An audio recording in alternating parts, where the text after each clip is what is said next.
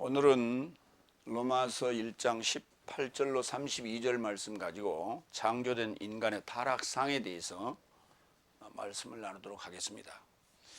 로마서 1장 시작은 복음에 대하여 시작합니다. 육체로는 다윗의 혈통에서 나셨고 성결의 영으로는 사망 가운데서 부활한 하나님의 아들로 인정된 자에 대해서 말씀드렸고, 이거는 구속사적인 역사적 배경을 말하는 겁니다. 두 번째로, 의인은 믿음에서 나서 믿음에 이르고자 복음 안에서 계시된다. 죽고 사는 문제, 죄의 문제가 해결되는 것이 곧 복음이다 라고 하는 것을 말씀하면서 복음과의 연관성을 설명했고, 오늘은 인간 타락상에 대해서 말씀을 나누겠습니다. 인간이 죄로부터 출발하고, 그리고 로마서 8장에서 이제 죄와 사망의 법에서 생명의 성령의 법이 해방한다라고 하는 그 내용으로 이제 결론을 지어지는데, 4장, 5장, 6장에서 이제 아브라함의 의로움에 대해서, 그러니까 셋째 날과 넷째 날 그리고 다섯째 날로 연결되어지는 구속사적인 것들을 아주 이제 풀어서 설명을 해 나갈 겁니다. 오늘 이제 1장에서는 그 전체적인 개요, 말하고자 하는, 로마서가 말하고자 하는 핵심적인 내용을 세 가지로 언급을 하고 있습니다. 복음, 그리고 의인은 믿음에서 나서 믿음에 이루고자 복음 안에서 계시되어진다. 그리고 인간의 타락성에 대해서 얘기를 하고 있습니다. 첫 번째로 로마서 1장 18절 22절, 창조된 모든 삶에서 신성을 깨닫게 되는데, 첫 번째 19절, 18절 19절, 왜냐하면 불의 안에서 진리를 억류하는 인간 삶의 불의와 모든 불경건함에 접하여 하나님의 진노가 하늘로부터 계시된다. 이로 인해 하나님의 알만한 것이 저 삶 안에 드러난 것이니, 왜냐하면 하나님께서 저 삶에게 드러내셨다. 우리는 두 가지 측면에서 늘 생각을 해야 된다고 그랬어요. 표면적으로는 이원론적 개념이에요. 믿는 자와 믿지 않는 자, 하나님을 깨닫는 자와 깨닫지 못하는 자, 이 이원론적 개념이에요. 그러나 이 모든 내용은 일원론인 내 안에서 두 가지의 요소가 다 있다. 그래서 두 가지 측면에서 우리가 이해를 해야 된다. 표면적인 이해와 그 다음에 내면적 이해. 그래서 성경을 처음 이렇게 그냥 보면 표면적인 이해로 설명을 합니다. 그러나 결론적으로는 내면적인 결론으로 귀결된다. 여기 이제 인간이란 단어를 제가 썼어요. 인간이란 단어.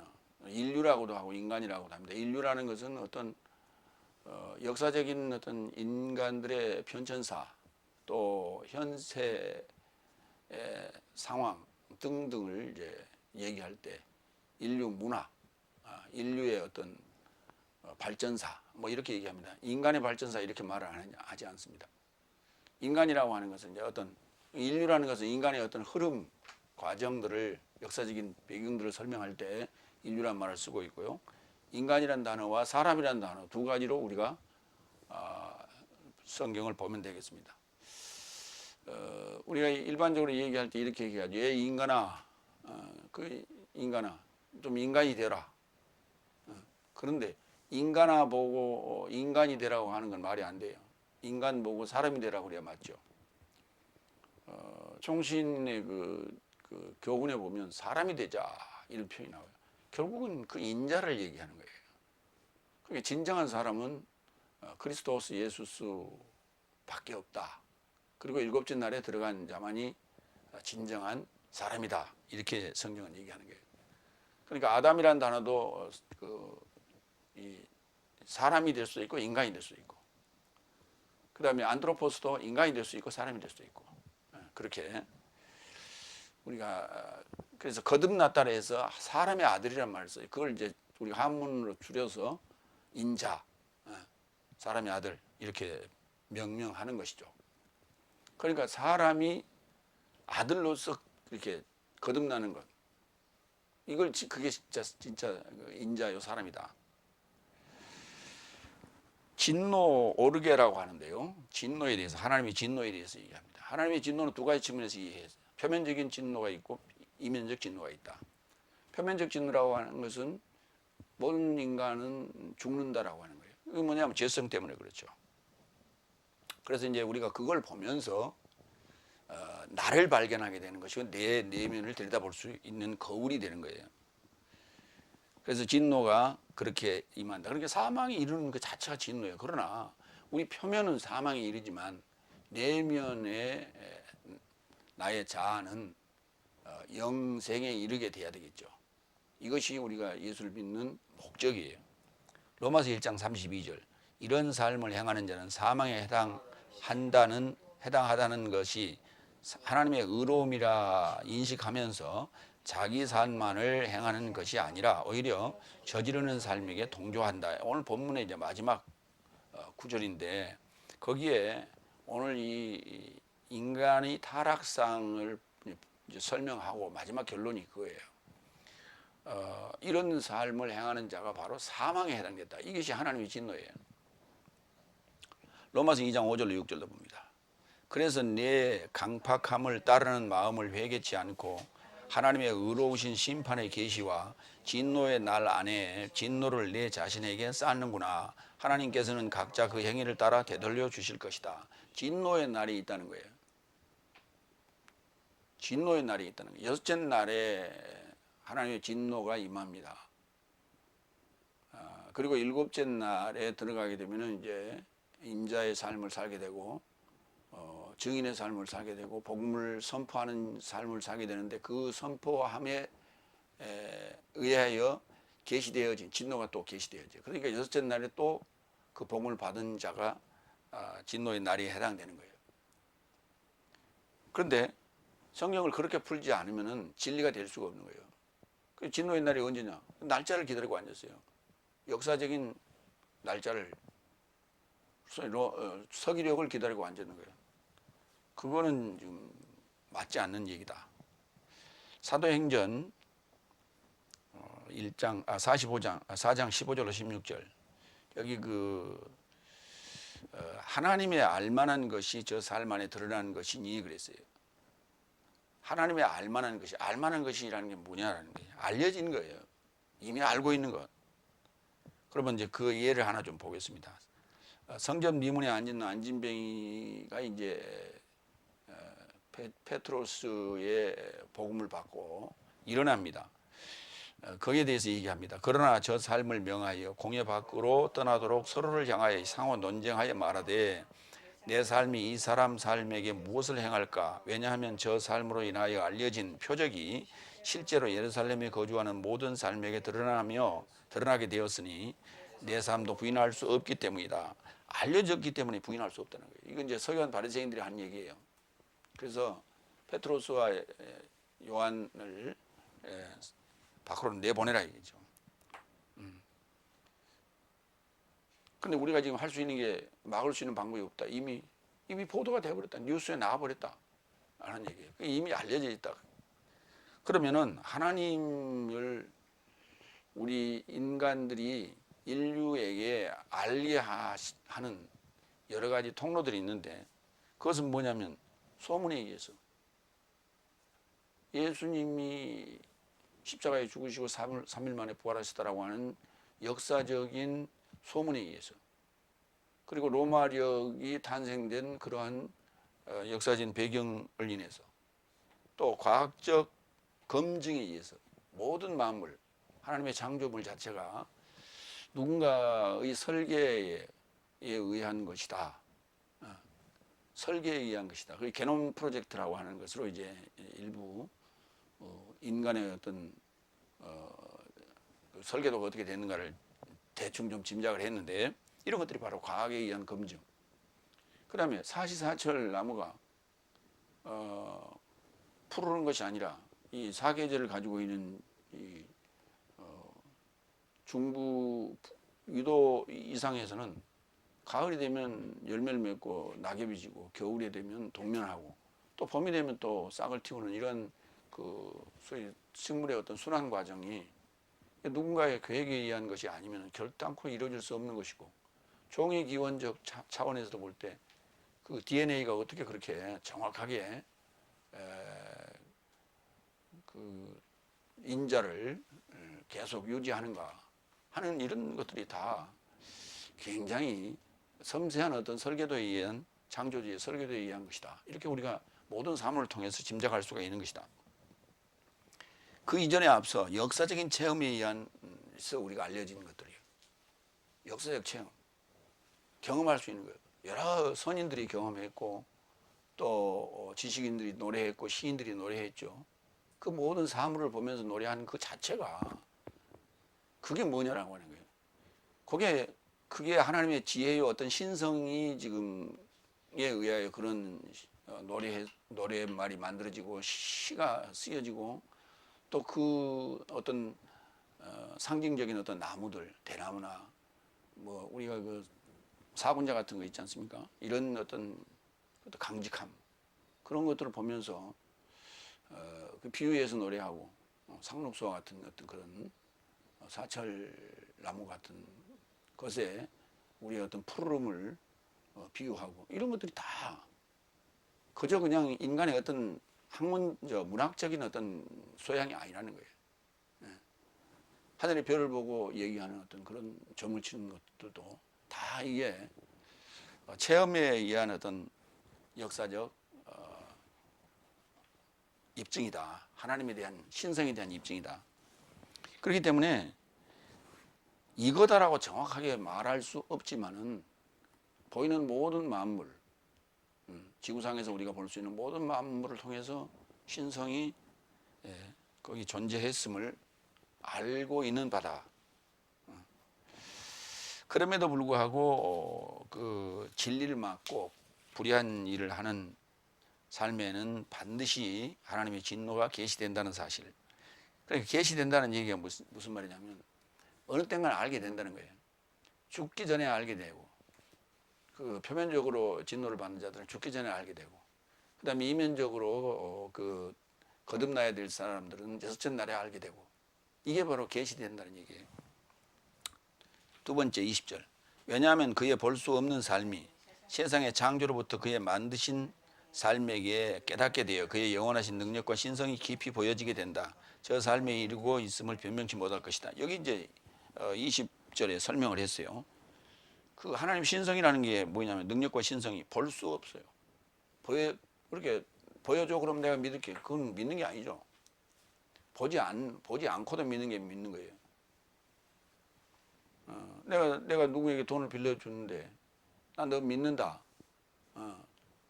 믿기 때문에 빌려주는 거거든요. 근데 그걸 돌려받았으면 믿을 필요가 없는 거죠.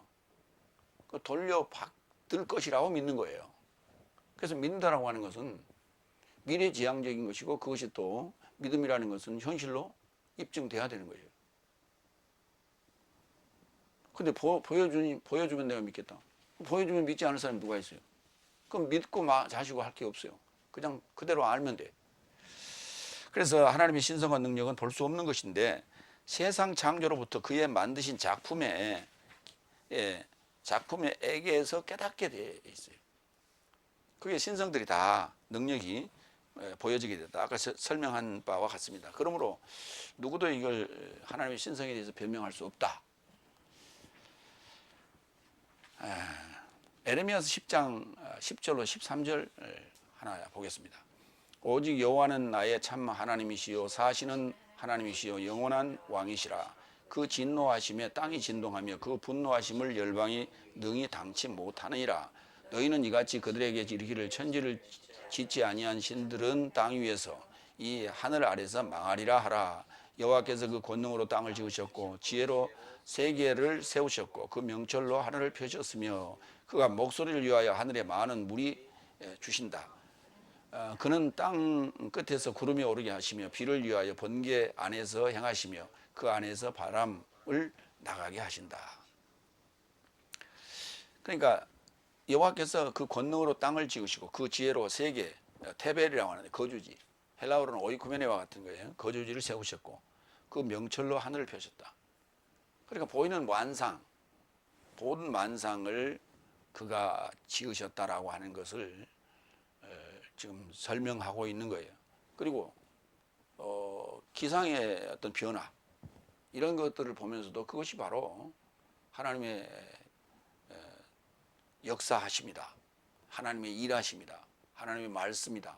하나님의 진노다. 그러니까 그런 내용으로 이제 비유해서 이게 시적인 어떤 문학적 표현이에요. 일반적으로 생각할 때. 그런데 그러한 표현이 이제 결론적으로 또 인용이 되고 적용이 된 데가 어디냐면 계시록이에요. 계시록의 일곱 단계 인나팔 대접의 과정에서 이와 같은 내용들이 나온단 말이에요. 하늘의 번개, 뇌성, 그 다음에 뭐 비, 우박 등등 이런 자연의 어떤 현상과 같은 것들로 묘사를 해놨어요. 그러니까 결국은 표면적으로는 저 스카이 하늘과 이 얼스 땅에 관한 얘기 같이 보인단 말이에요. 그러나 그것을 번역하는 과정에서 하늘이라는 단어를 헤븐으로 썼어요. 스카이로 쓰지 않았어요. 그럼 헤븐은 뭐냐? 헤븐이 뭐냐? 천국이라는 거예요. 그래서 일반적으로는 저기 푸른 창공을 하늘이라고 부르고 스카이라고 불러요. 그러지 헤븐이라고 하지 않아요. 성경에서만 그렇게 불러요. 세상에서는 저걸 스카이라고 부릅니다.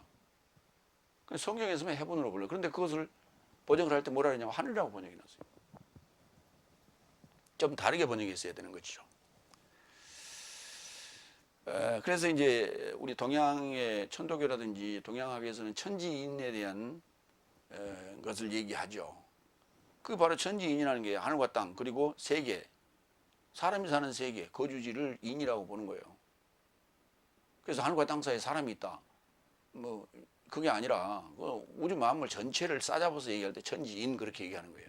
근데 성경은 하늘과 땅 그리고 테벨, 거주지 이렇게 얘기하는 거예요. 왜냐하면 사막 가운데 사람이 없는데 거기다 무슨 얘기를 하겠어요. 공허한 얘기일 뿐이지. 세 번째로 갑니다. 21절, 22절, 23절. 하나님을 아는 것으로 인하여 하나님같이 영화롭게도 않고 감사도 않고 오히려 저 삶의 변론 안에서 허망하게 되었고 저 삶의 어리석은 마음이 어두워졌다. 지혜롭다고 주장하나 미련해졌다. 부패하지 않은 하나님의 영광을 부패한 인간과 날 것과 짐승과 파충류 형상의 모양 안에서 바꾸었다. 자, 이거는 이제 그 22절 그러니까 마음이 어두워지고 영화롭게도 안 하고 허망하게 되고 미련해진 것이 뭐냐 부패인 건데요. 인간의 부패함 이 바로 부패한 인간 날 것 날짐승 무식하잖아요. 짐승 우악스럽잖아요. 파충류 등의 형상 모양 안에서 바꿨다. 그런 모양으로 인간을 바꿔놨다는 거예요. 뭐가? 하나님을 알면서도 하나님을 영화롭게 하지 않고 감사도 않고 변론이나 하고 하는 그리고 지혜롭다고 주장하기도 하고 자기 주장을 하는 그런 걸 통해서 부패해진 것이죠. 그 모양을 이렇게 인간과 날 것과 짐승과 파충류 형상의 모양 안에서 바꿔다는데 그것을 이제 구약에서는 우상을 만들지 말라 이런 식으로 이제 얘기를 수없이 한 거예요. 근데 그것은 우상을 만드는 건 인간의 역사적인 인류의 어떤 문화적인 어떤 개념으로 자리 잡아 버렸어요. 그래서 우리는 그런 줄 알고 있고 그래서 그 중에서 이제 흉측한 어떤 것들만 우리 눈에 보이지 않도록 제거를 했는 게 이제 우리가 그리스도인들의 이제 내가 이제 우상으로 떠났다라고 하는 표식적이고 외적인 행동들이었어요. 그럼에도 불구하고 하나님의 빙자한 자들이 그것을 가지고 여전히 사탄의 상징, 사탄의 어떤 그 패거리들로 표시를 계속 지금도 보이는 영상물 등등에 계속 표시를 하고 있다. 송골매 표시. 네. 이걸 이제 소위 미국의 매파라고 합니다. 송골매라고도 하고 그냥 매라고도 하고 여러 가지 뭐 같은 매 종류인데요. 부엉이도 그 매 종류에 해당되는 겁니다. 그런 어떤 매 모양 또는 부엉이 모양으로, 그 다음에 666, 성경에 나오는 666, 그 다음에 1달러에 표시된 전시안, 외눈박이. 그러니까 이제 이런 것도 이거예요. 이것도 지금 이렇게 보면 이러면 이렇게 가리면 외눈이잖아요. 그리고 요거 지금 666이에요. 이게 6이 세 개가 지금 겹쳐 있잖아요. 이런 표시들. 이거 지금 연예인들이 많이 TV에 나와서 하는 어떤 상징적 표현이에요. 심벌이에요. 전시안과 666을 동시에 표현하는 거예요. 다음에 피라미드. 그 피라미드 위에 그 전시안. 그 다음에 격자와 콤파스의 이 결합. 요거 지금 프리메이진의 심벌 아니에요. 그 다음에 체스판. 체스판이 보면 하얀색과 그 검정색이 교차되어 있잖아요. 이거 흑백 대결이 이원론적 개념이에요. 그러니까 전쟁과 평화냐 아니면 공산주의와 민주주의냐 이런 개념이 아니에요. 그건 표면적으로 그들이 평화를 가장한 하나의 것뿐이지 사상적 이념 대립일 뿐이지 그들이 추구하는 것은 자기들의 이익에 부합한 건 선이고 그렇지 않는 건 악이에요. 이게 사탄의 그 생존 방식입니다. 그런가 하면은 오각형 별인데 거꾸로 되게 우리가 오각형 별은 모서리를 위로 놓잖아요. 근데 그걸 거꾸로 뒤집어 놓는 거예요. 그 다음에 십자가도 긴 데가 아래로 와야 되는데 긴 데가 위로 오는 거꾸로 놓는 그런 십자가.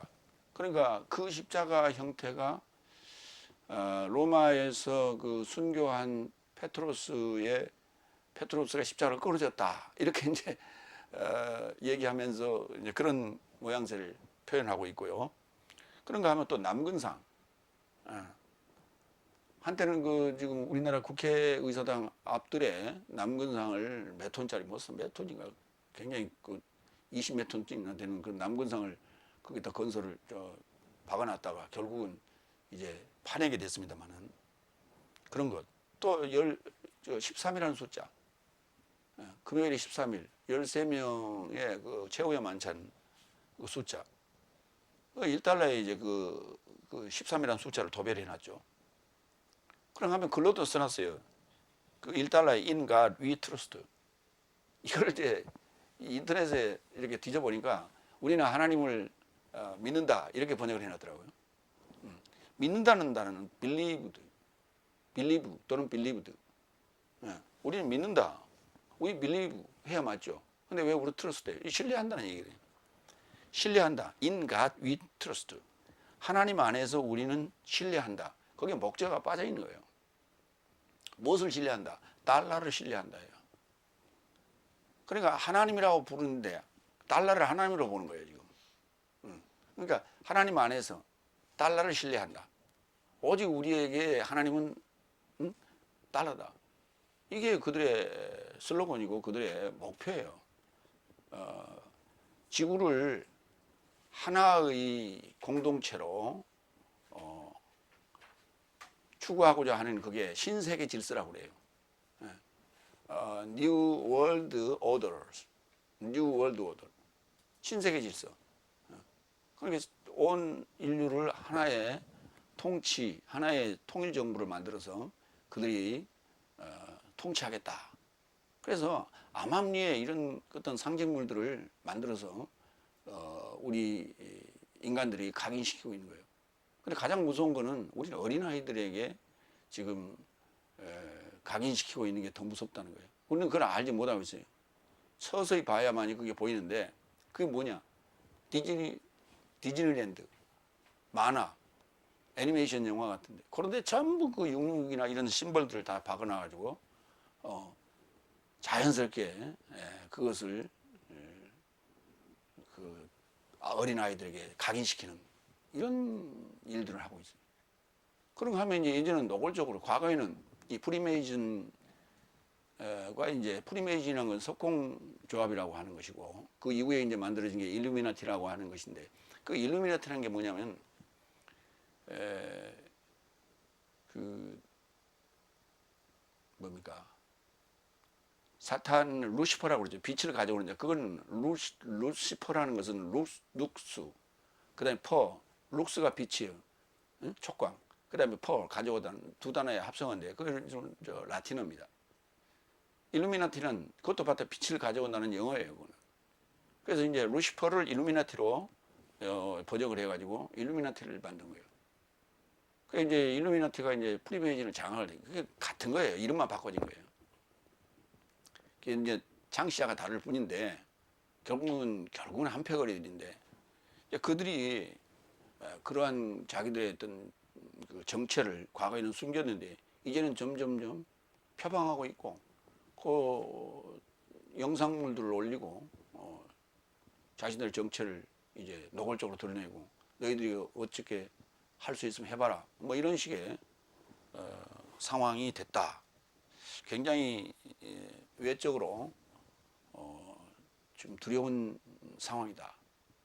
인류사적으로 볼 때 전쟁 1차 대전, 2차 대전, 그 다음에 한국 전쟁, 그 다음에 중국의 공산화, 그 다음에 러시아의 공산화, 뭐 이런 여러 가지 과정들, 그 다음에 일본의 그 해일, 그리고 6.25 전쟁, 그리고 지금 현재 일어나고 있는 우리 그 코로나19 사태 등등 모든 것들이 결코 이거는 우연히 자연 발생적으로 일어난 게 아니라는 거예요.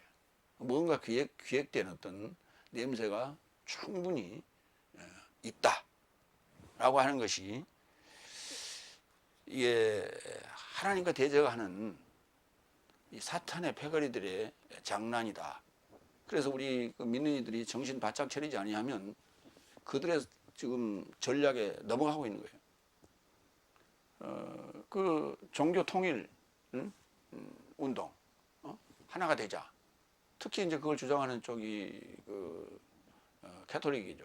그 캐톨릭에 우리 기독교인들이 개신교인들이 넘어가고 있는 거예요. 지난 시간에도 얘기했지만 작은 집이라는 그런 개념이 머릿속에 있기 때문에 자꾸 넘어가는 거예요. 그래서 그런 말에 우리가 써야 될 말이 있고 쓰지 않아야 될 말이 있는데 그런 말을 자꾸 쓰다 보면 큰 집에 작은 집이 큰 집에 예속되는, 세상적으로는 그렇잖아요. 작은 집이 큰 집에 예속되지 않습니다. 작은 집이 훨씬 더 잘 살 수 있어요. 큰 집보다. 더 번창할 수 있고. 기독교가 지금 사실 더 훨씬 천주교보다 개신교가 번창을 했죠. 그럼에도 불구하고 말 장난에 넘어가는 거예요. 그들의 속임수에 말려드는 거예요. 자꾸. 그들의 말에 전략적으로 말려들고 있다. 한 군데 보겠습니다. 이사야서 44장 9절로 19절. 우상을 만드는 자는 다 허망하도다. 그들의 기뻐하는 우상은 무익한 것이거늘 그들의 증인들은 보지도 못하고 알지도 못하니 그러므로 수치를 당하리라. 신상을 만들며 무익한 우상을 부어 만드는 자가 누구뇨? 보라, 그 동류가 다 수치를 당할 것이라고 당할 것이라. 그 장색들은 사람이라. 그들이 다 모여 서서 두려워하며 함께 수치를 당할 것이니라. 철공은 철을 숯불에 불리고 매로 치고 강한 팔로 관림으로 심지어 줄여서 기력이 지나여 물을 마시지 아니하여 곤비하며. 그러니까 이게 이런 것은 이제 이렇게 써놨으니까 우리가 뭐 장식물을 만들거나 무슨 상징물을 만들거나 동상을 만들거나 이런 것으로 자꾸 이해를 한단 말이에요. 그러나 지금 아까 내가 얘기했던 그런 심벌들은 그건 전부 다 그 천에 박든지 그림에 박든지 아니면 지금 인터넷이 발달되기 때문에 동영상 안에 전부 다 그 사진으로 찍어서 또 어떤 표식을 해서 우리 눈에 각인을 시키는 거예요. 그래서 굳이 이렇게 철공이나 목공이나 이런 개념으로 하지 않아도 된다. 과거에는 이럴 수밖에 없는 거예요. 이게 상징물로 이렇게 만들 수밖에 없었던 거예요. 그래서 그렇게 표현해놨을 뿐이에요. 그러니까 그것이 지금 발전하고 변형되고 있다는 사실을 우리는 이해해야 돼요. 13절. 목공은 줄을 늘여 재고 붓으로 긋고 대표로 밀고 전기로 그어 그 사람의 아름다움을 따라 인형을 새겨 집에 두게 하며 그는 혹 백양목을 베이며 혹 디르사 나무와 상수리 나무를 취하여 혹 삼림 중에 자기를 위하여 한 나무를 택하며 혹 나무를 심고 비에 자라게 하나니 무릇 이 나무는 사람이 화목을 삼는 것이오늘 그가 그것을 가지고 자기 몸을 더욱게 하고 그것으로 불을 피워서 떡을 굽기도 하고 그것으로 신상을 만들어 숭배하며 우상을 만들고 그 앞에 부복하기도 하는구나. 그러니까 지금 목공예를 보면은 목공예를 하는 사람들이 이제 여기에 해당된다고 일반적으로 보는 거예요. 그러나 그 사람들은 나무를 키우거나 그러지는 않습니다. 그저 산에 가서 버려진 나무, 썩어진 나무, 줄기만 남은 나무를 갖다가 그거를 다듬고 그래서 예술 작품을 만들 뿐이에요. 그러면 나무를 만드는 삼림업에 종사하는 사람들은 여기에 해당되느냐? 그건 아니에요. 사람을 키우는 얘기란 말이에요. 그 사람을 키우는데 아까 디즈니랜드 내가 얘기했죠. 예. 그런 그 어린이들에게 벌써 심벌을 통해서 간접적 사상을 주지하고 있는 거예요. 주입시키고 있는 거예요. 이게 이제 나무들로 또는 장식으로. 왜냐하면 철장식이라는 게 이게 오래 가지 않습니까? 그럼 우리 몸 안에 여기 좀 뭡니까? 여기 박는 거 뭐라 그래? 응? 새기는 거 몸에. 그 타투 그래 그거 뭐라고 다른 말로 문신 이런 것들이 다 그런 거예요 지금 이런 것도 문신이가 한번 새겨놓으면 안 되잖아. 14절 예, 16절 그 중에 얼마는 불사르고 얼마는 고기를 삶아 먹기도 하며 고기를 구워 배불리기도 하며 또 몸을 더웁게 하며 이르기를 아하 따뜻하다 내가 불을 보았구나 하면서 그 나머지는 신상 곧 자기의 우상을 만들고 그 앞에 보복하여 경배하며 그것에게 기도하여 이르기를 너는 나의 신이니 나를 구원하라 하는도다. 그들이 알지도 못하고 깨닫지도 못하면 그 눈이 가리워져서 보지 못하며 그 마음이 어두워져서 깨닫지 못함이니라. 마음에 생각도 없고 지식도 없고 총명도 없으므로 내가 그 나무에 얼마로 불을 사르고 그 숯불 위에 떡도 굽고 고기도 구워 먹었거늘 내가 그 어찌 그 나머지로 가증한 물건을 만들겠으며 내가 어찌 그 나무 토막 앞에 굴복하리요 말하지 아니하니 그는 죄를 먹고 미혹한 마음에 미혹되어서 스스로 영혼을 구원하지 못하며 나의 오른손에 거짓 것이 있지 아니하나 하지도 못하느니라. 그러니까 어떤 이게 미혹된 마음의 상태예요. 그렇기 때문에 한번 그렇다라고 믿으면은 그들은 돌이킬 수 없어요. 돌이키려고 생각도 안 해요. 우리가 이제 그런 것들을 어디서 보느냐면 이단들에게서 보죠. 한번 딱 박혀버리면 주입식으로 집어넣어버려요. 그래서 이 주입식으로 집어넣는 그런 각인시키는 과정들이 그걸 어디서 배웠느냐? 이단들이 어디서 배웠느냐? 기성교회에서 배웠어요. 믿습니까? 아멘. 할렐루야. 아멘. 이게 각인시키는 거거든. 나도 모르게 그게 각인돼 버리는 거예요. 그러니까 반대 얘기를 하면은 바라락 하는 거예요. 봐라 그래. 응? 팔딱팔딱 뛰어. 왜? 그거 외에는 다른 걸 생각을 해본 적이 없어요. 오직 그 얘기만 주입식으로 집어넣었기 때문에. 반대쪽의 이야기는 전혀 언급을 한 적이 없어요. 이게 주입식 교육이에요. 그거를 철공이나 목공이나 그들이 자기들이 그 나무를 키워서 땔감으로도 쓰고 거기 그걸로 뭐 고기도 굽고 이렇게 해 먹으면서 그것도 우상으로 만들어 놨는데 그게 그러면서 우상을 만들어 섬긴단 말이에요. 숭배를 한단 말이에요. 그래서 이것은 말하지도 못하고 생각도 못하고 그렇지 못하는 것이다 라는 생각을 안 해. 지금 이게 그 부처 앞에 가서 빌고 저 산중에 있는 큰 돌 또는 저 그 당산나무 밑에 가서 비는 그런 것들이 다 그런 것들이에요. 그게 자기가 알아서 빌어요. 전통적으로 해오니까 선조들이 해오니까 그거 따라서 해오고 있는데 자기도 모르게 의식적으로 한다니까 그게. 그러면서 아니 이게 이 돌이 뭔 영험한 게 있다고 거기다 빕니까? 그러면 당신도 한번 해봐요. 이러고 그렇지만 그냥 남들이 하니까 해보는 거예요. 이렇게 얘기하지 않아요. 미혹되었다는 것은 향망을 잃어버렸어요. 향망을 잃어버렸어요. 우리가 이제 간혹 운전을 하다 보면요, 이렇게 돌아가는 이 데 있어요. 예, 로타리. 그다음에 그 빙글빙글 돌아서 어디론가 들어갔어요. 그냥 나올 때 보면요, 나오기는 나오는데 내가 방향 감각을 이쪽이 맞다고 생각했는데 보니까 한참을 가다 보니까 내가 지금 맞게 가고 있는데, 그런데 보니까 내비게이션이 반대로 가라는 거예요. 방향 감각을 잃어버릴 때 있죠. 근데 수없이 다녔던 길인데 그 광경이 전혀 익숙하지 않은 거예요. 주변 그 광경이. 근데 방향을 잡고 나니까 그때야, 어허, 왜 이게 그렇게 낯설게 보였지? 그렇게 느껴진다니까. 왜냐면 그 방향 감각을 잃어버리면 그렇게 되는 거예요. 그걸 미혹이라고 하는 거예요, 그게. 답이 없는 거예요. 대답을 못 해. 방향 감각을 잃어버려요. 미혹돼 버리면. 그걸 미혹이라고 하는 거예요. 두 번째로 갑니다. 로마서 1장 24절로 27절. 욕망 안에서 창조물을 숭배하고 섬기는 본질을 벗어난 삶. 본질에서 벗어났을 때 이런 행동이 나오는 거예요. 그러니까 본질에 충실하라. 기본에 충실하라. 이 본질에 충실하라는 얘기는 기본에 충실하는 거예요. 그게 뭐냐면 일반적으로 다른 얘기를 하면 순리라는 거예요. 순리. 네 번째, 24절로 25절.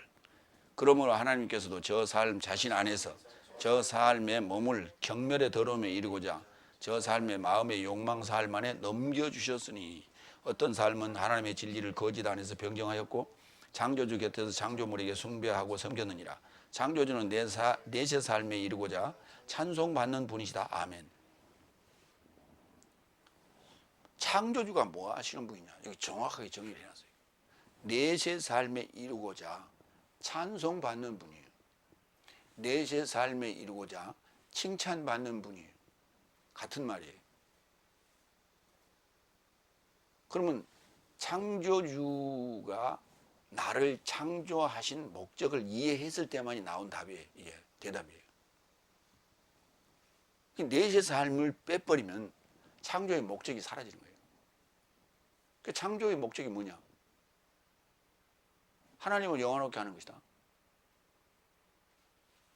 창조의 목적이 뭐라고요? 하아다마를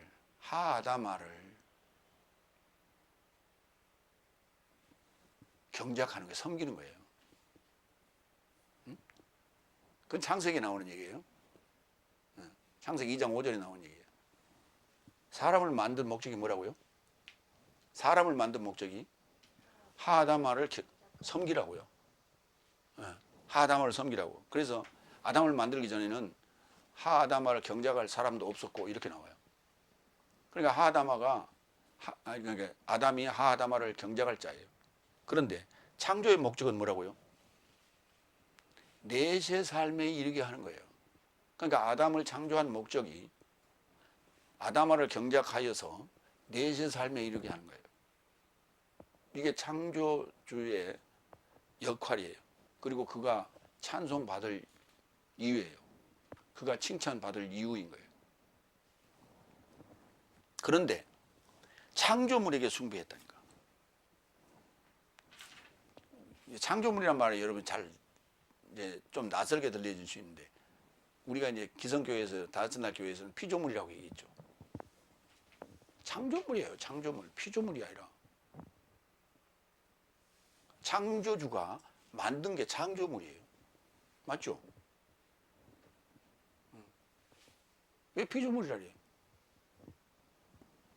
피조물이라는 것은 뭔가를 가지고 만든 거예요. 뭔가를 가지고 만든 거예요. 그게 피조된 거예요. 응? 나무가 있는데 그 나무를 깎아서 인형을 만들었다. 그게 피조물이에요. 창조물은 아무것도 없는 데서 만들어낸 거예요. 이게 창조물이에요.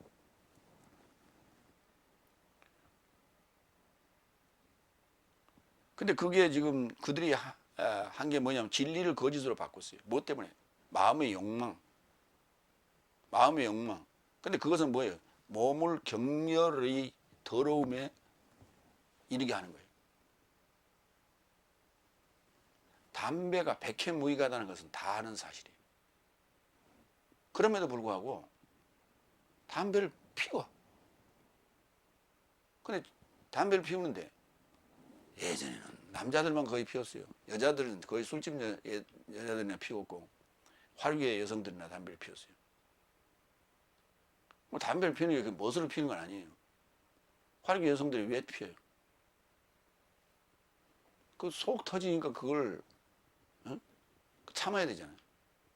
그래서 이 화를 삭히는데 그게 효능이 조금 있긴 있어요.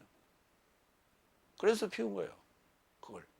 그리고 남자들이 거기 술 마시면서 담배를 피우니까 나도 대작하는 그런 입장에서 피우는 거예요. 근데 왜 그런 것을, 그런 나쁜 행동인데, 몸에 유익하지 않는 행동인데 요즘은 도대체 여자들이, 여성들이 담배 피우는 게 대수롭지 않게 피워요. 그런데 대수롭지 않게 피기는 피는데 어떤 여자들은 정말 길거리에 다니면서도 담배 물고 다니는 사람이 있어요. 뻔뻔한 여자들도 있는데. 근데 대개는 어디 숨어서 피더라고. 저기 골목 뒤에 으슥한 데서. 그게 떳떳한 일이고 당연한 일이면 왜 거기 가서 숨어서 피워? 그 성분을 보면은 정말 백해무익한 거예요. 근데 그걸 왜 피냐고. 몸을 더 경멸의 더러움에 이르고자 지금 넘겨주고 있으면 그게 뭐냐? 마음의 욕망 때문에. 근데 하나님은 그들을 그냥 내버려 준다니까. 저기 넘겨줬다니까. 파라디돔이. 그 야단쳐야 되는 거예요. 하나님의 작품이니까. 야단쳐야 되는데 그렇지 않아요. 예를 들어서 강아지를 키웠는데 강아지가 어느 날 담배를 피운다고 한번 생각 한번 해봐. 가만 놔두겠어요? 야단치지? 막 때리고.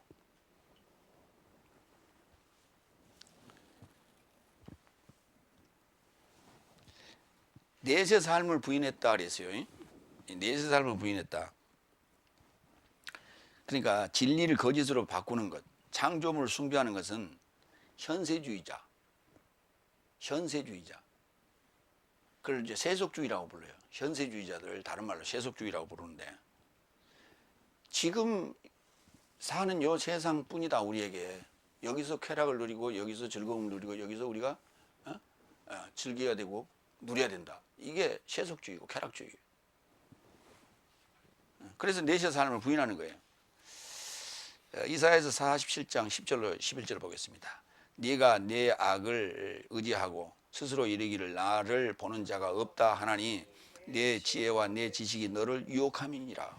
네 마음에 이르기를 나뿐이라 나 외에 다른 이가 없다 하였으므로 재앙이 네게 임하리라. 그러나 네가 그 근원을 알지 못할 것이며 손해가 네게 이르리라. 그러나 이를 물리칠 능력이 없을 것이며 파멸이 호련히 네게 임하리라. 그러나 네가 알지 못할 것이니라. 자, 이사야서는 이렇게 기록하고 있어요. 그들의 지혜와 지식이 그들을 유혹해서 그들이 지금 이런 악행을 행하는데, 그리고 재앙이 올 것인데 그 재앙이 어디서 오는지를 알지 못한다. 그런데요, 지금 프리메이슨과 일루미나티는 수백 년 동안을 지금 이거를 기획하고 그것을 유지 보수하고 발전하고 있어요.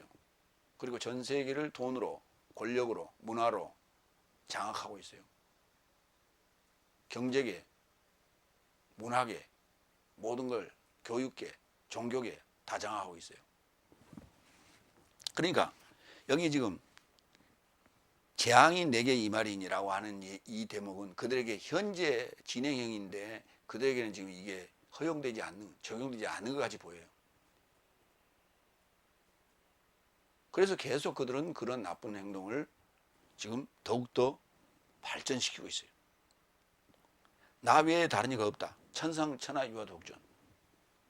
이거 어떻게 이걸 갖다 알고 썼는지 모르겠어요. 하여튼 이 불교에서 나온 소리거든요. 천상천하 유아독존.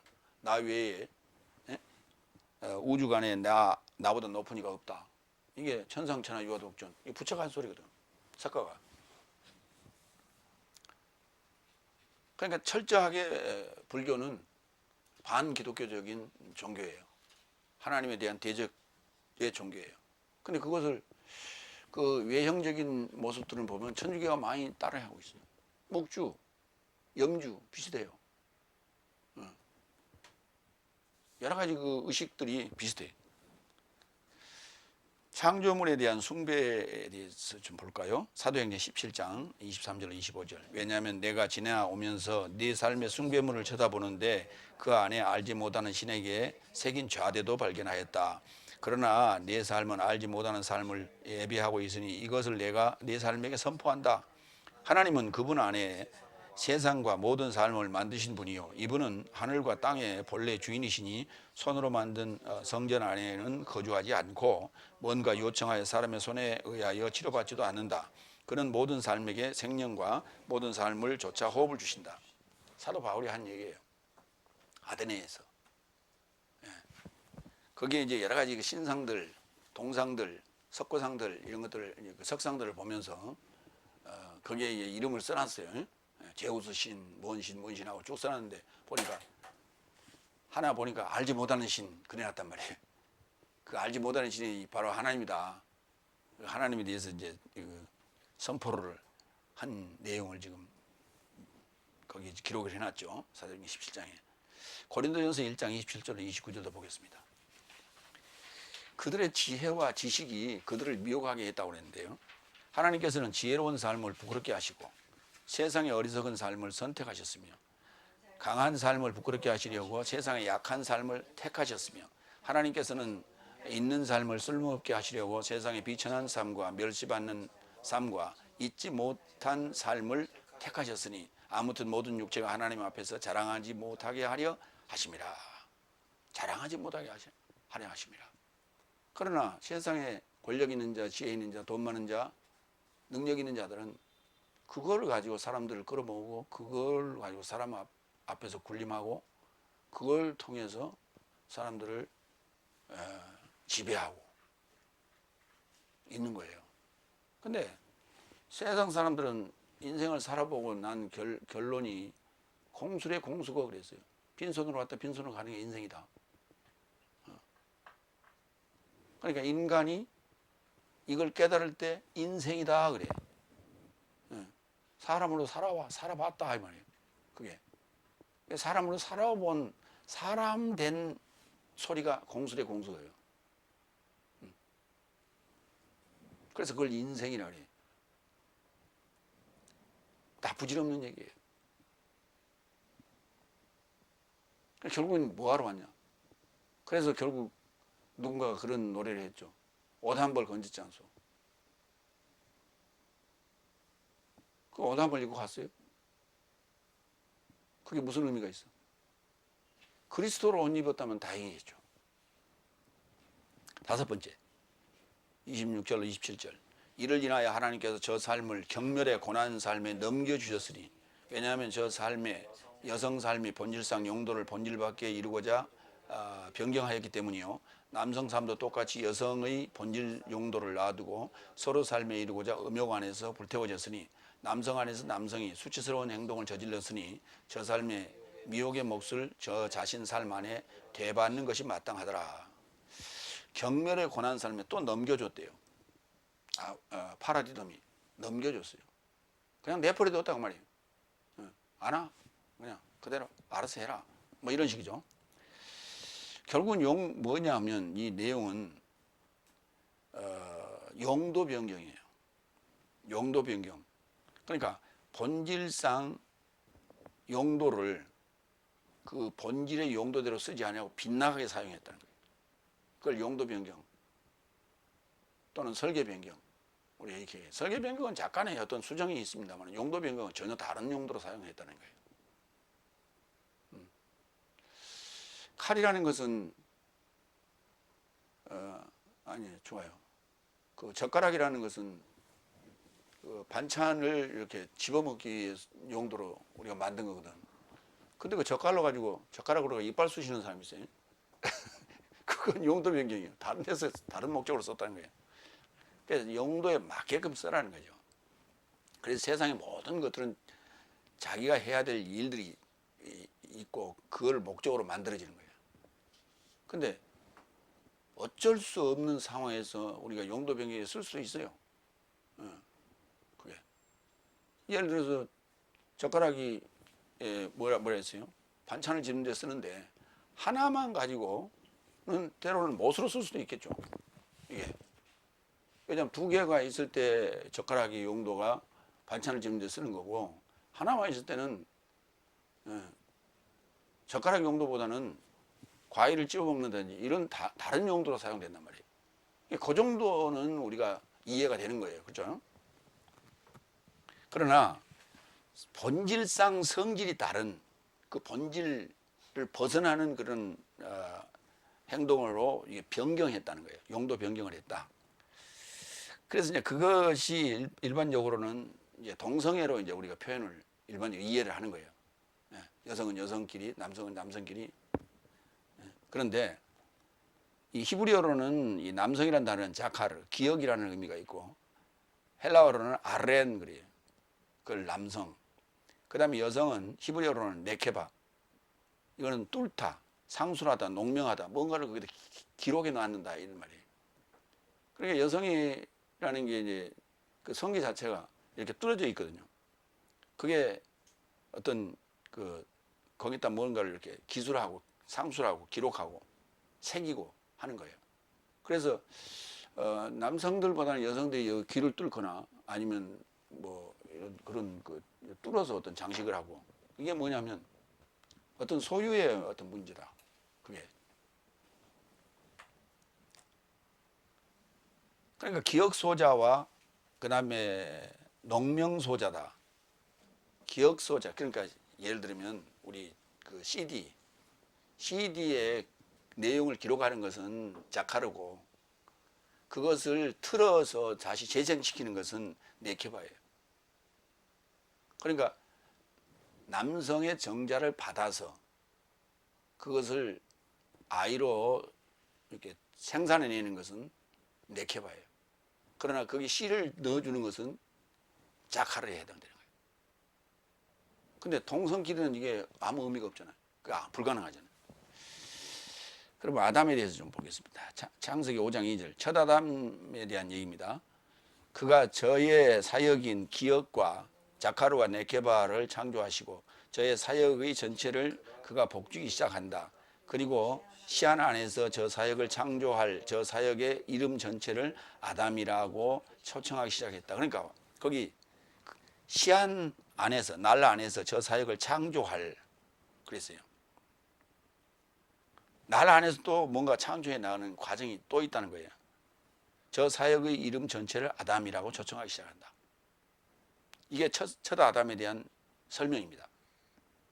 첫 아담의 그 내적 구조가 자카르와 네케바예요. 창세기 1장 27절. 이건 여섯째 날 둘째 아담에 관한 얘기입니다. 그리고 그의 그늘 형상 안에서 그 아담의 전체를 창조하기 시작하였으니 그가 전능자를 소망하는 사역의 그늘 안에서 기억과 농명, 자카르와 네케바 전체를 창조하였으니 그의 사역 전체를 창조하였던 것이다. 완료형으로 써놨어요. 이건 여섯째 날 인자의 창조를 얘기해요. 그러면 신약에서 여섯째 날에는 뭐라고 표현하는 거 봅시다. 마태복음 19장 3절 6절.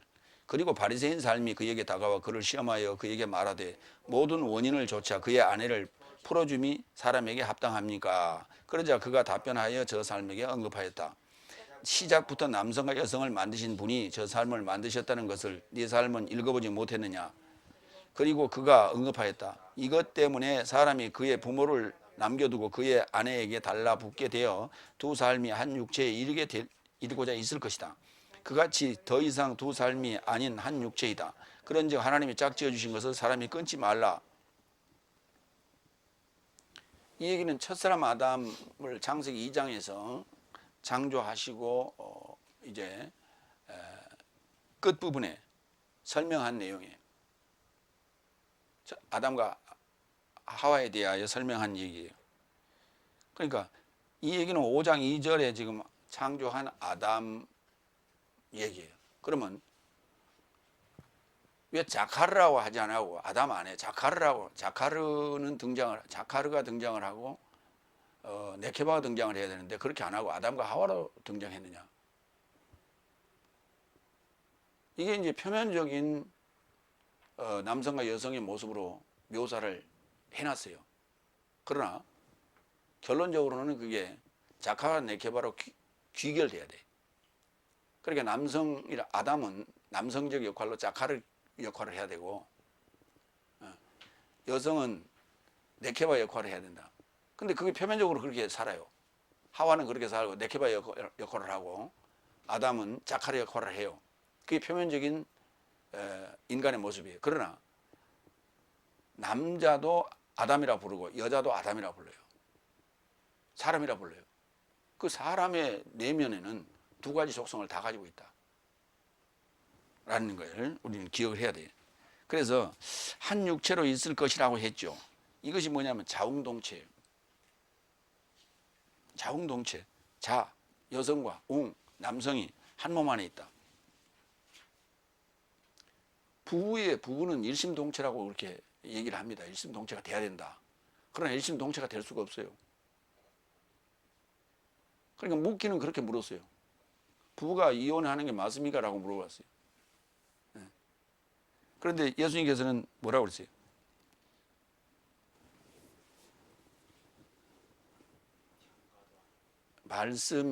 말씀으로 우리가 타락했을 때, 말씀으로 불륜, 를 했을 때만이 갈라질 수 있다고 그랬어요. 그러니까 결국은 둘은 서로 다른 사상일 경우에, 이게 지금 같은 사상을 가지고 자카르와 네케바 하는 거예요. 근데 A라는 사상을 넣는데 B라는 사상을 내놓는다면 둘은 하나가 될 수가 없죠.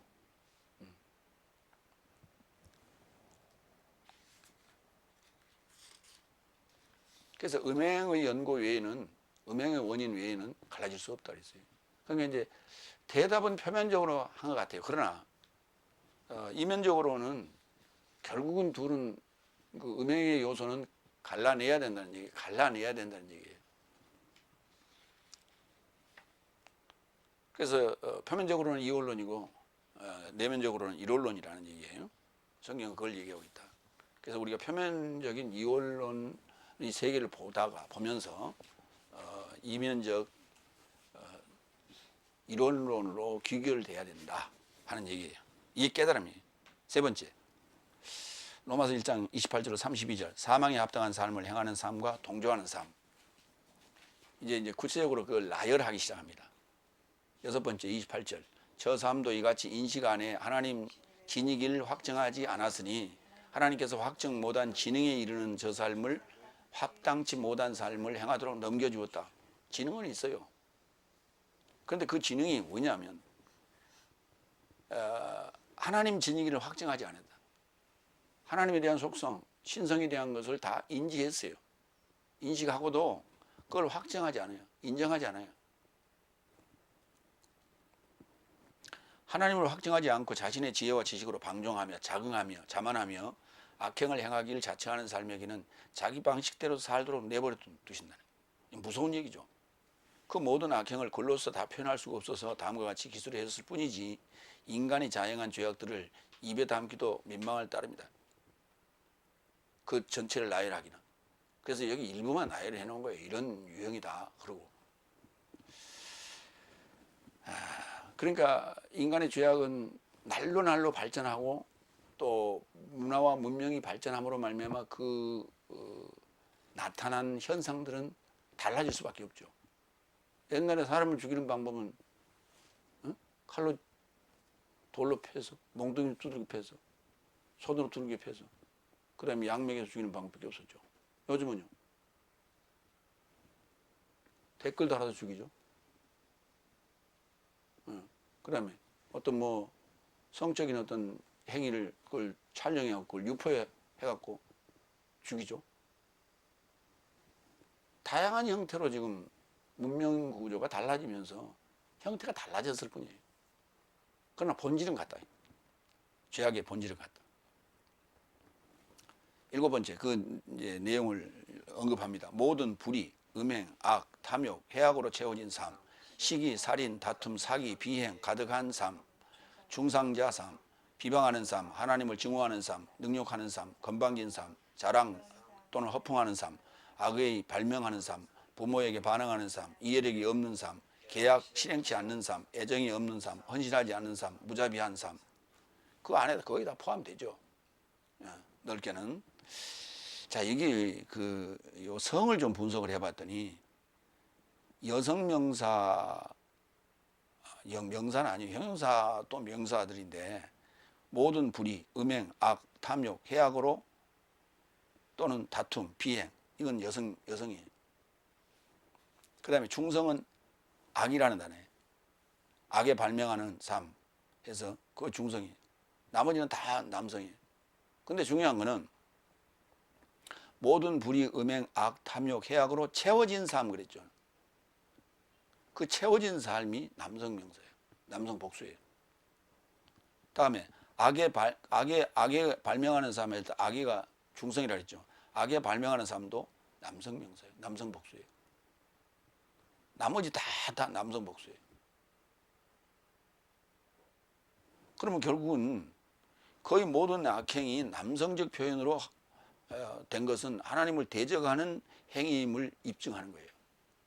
이게 다 하나님을 대적하는 자기 잘난, 자기 지혜, 자기 지식, 자기 자만의 어떤 표현이라는 거예요. 이게 전부 다. 이게 하나님을 대적하는 일이에요.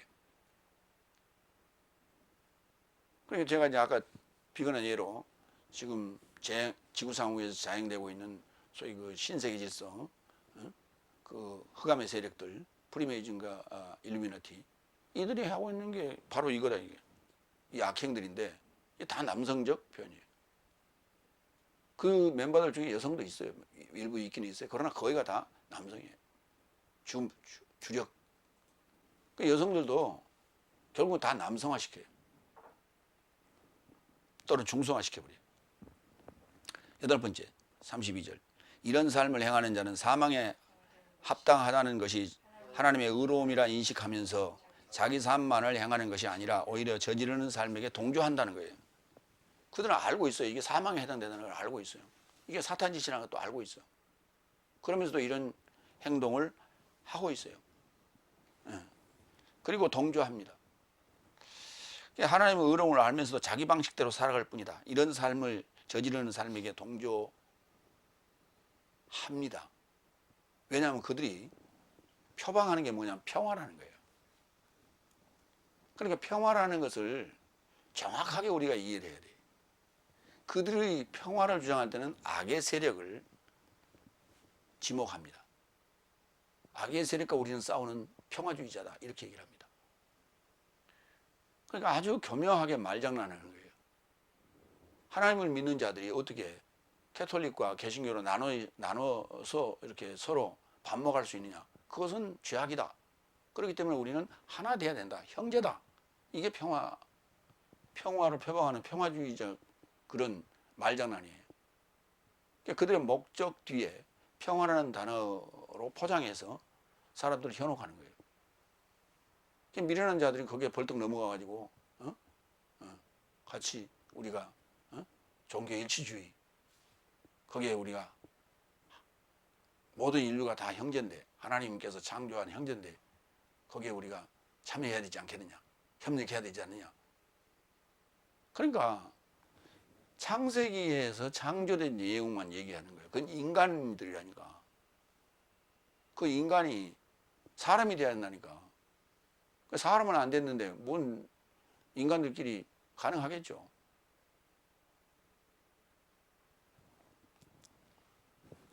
그래서 말장난에 넘어가서는 안 돼요. 그게 바로 미혹이에요. 그리고 패거리에 동참하기를 동경을 해요. 그리고 한 패거리임을 자랑을 합니다. 그래서 굉장히 부러워해. 그 프리메이즌에 또는 일루미나티 일원이 된 걸 굉장히 부러워해. 왜? 거기는 권력과 그 배후에서 조정하는 어떤 힘이 뒷받침이 되거든, 배경이 되거든. 그렇기 때문에 사회생활을 하는데 굉장히 유익해요. 그래서 동경하고 또 거기에 또 동참한 사람들은 회원이 된 사람들은 자랑해요.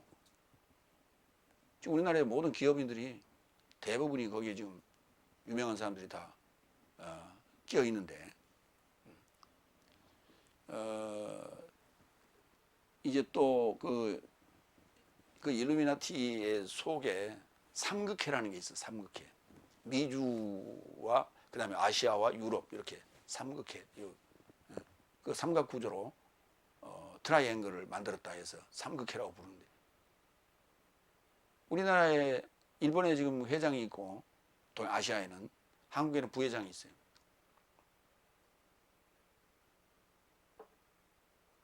그 명단들이 다 지금 발표가 됐어요. 그러니까 삼성 이재용 씨도 있어요. 그래서 이번에 그 수사 그 심의위원회를 열어가지고 그거 지금 구속해서는 안 된다, 구속하지 말라, 이런 어떤 권고안이 나왔잖아요. 그걸 다 그 배후에 그러한 세력이 있는 거예요. 그렇지 않고는 저렇게 될 수가 없어요.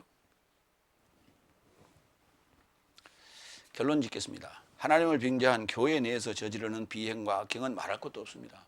교회 안에 지금 이 종교 일치운동, 종교도 이미 그들의 손에 넘어갔어요. 그래서 그 소위 메머드 처치, 대형 교회, 이거 다 배후에 그 배경이 있는 겁니다. 그냥 그렇게 쉽게 될 수가 없는 거예요. 그런가 하면 지금 이단이라고 말하는 소위 신천지 같은 데도 그 배후에 다 배경이 있는 거예요. 그냥 자기들 스스로 저렇게 될 수가 없어요. 종교를 표방하며 악행을 저지르는 삶, 일명 종교라고 하면서도 이런 일들을 하는, 우리나라에 그 지금 남녀 호랑개교로 알려져 있고, 영어로는 그 뭐라고 하더라?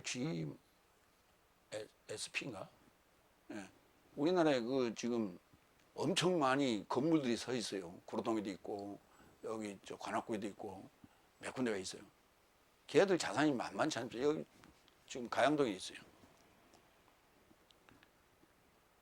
종교를 표방하며 악행을 저지르는 이단들, 특히 그 다음에 타 종교들, 남녀호랑개교, 또 그들은 평화주의를 표방합니다. 그런가 하면 여호와 증인이랄까,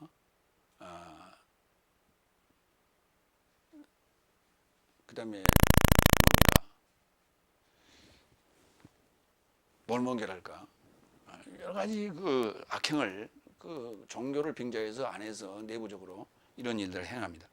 그 다음에 돈과 권력을 이용하여 악행을 저지르는 사탄의 앞잡이, 삶이 자신들의 정체를 드러내기 시작했어요. 아까 얘기했던 프리메이즌과 일루미나티. 진리를 따르는 삶이